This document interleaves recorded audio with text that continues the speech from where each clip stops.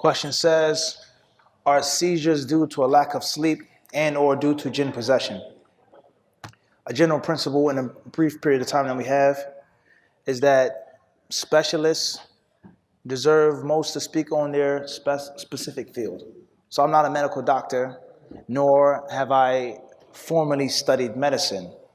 Do I have an idea that I read? Do I know people that are doctors and nurses, etc., in which I can give you some benefit about that? But I'm not a doctor.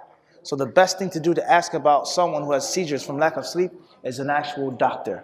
But what we do know for sure is that any imbalance and the natural way of Allah's creation leads to other problems and consequences. Any imbalance. Lack of sleep, too much sleep, lack of food, too much food. A person isn't married, they cannot fulfill their desires in a permissible way, that leads to harm in the body. Too much of it leads to harm in the body, etc. So everyone is different, everybody is different. If a person doesn't sleep properly, it could lead to a seizure. And another person who doesn't sleep properly, it may not necessarily lead to a seizure.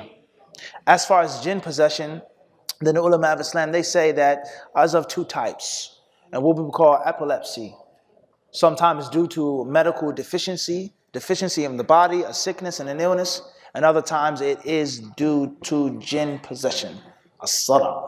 So it depends on the situation. So obviously if a person is possessed with a jinn or multiple jinn or sihr, it isn't just an isolated issue. There's going to be a list of symptoms that a person can know and realize that it isn't something natural, but it's actual something supernatural. Whether it be your dreams, nightmares, and the list goes on.